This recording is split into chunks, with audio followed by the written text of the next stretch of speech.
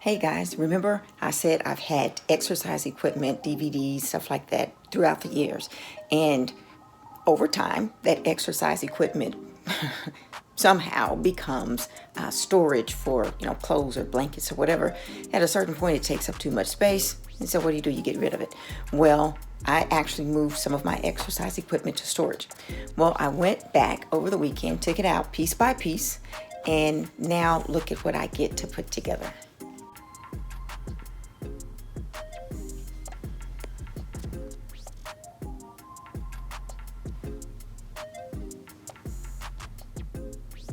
Tell me that's not going to be fun.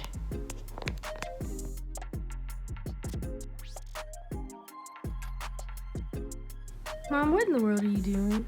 I'm trying to finish up on this machine so I can work out on it.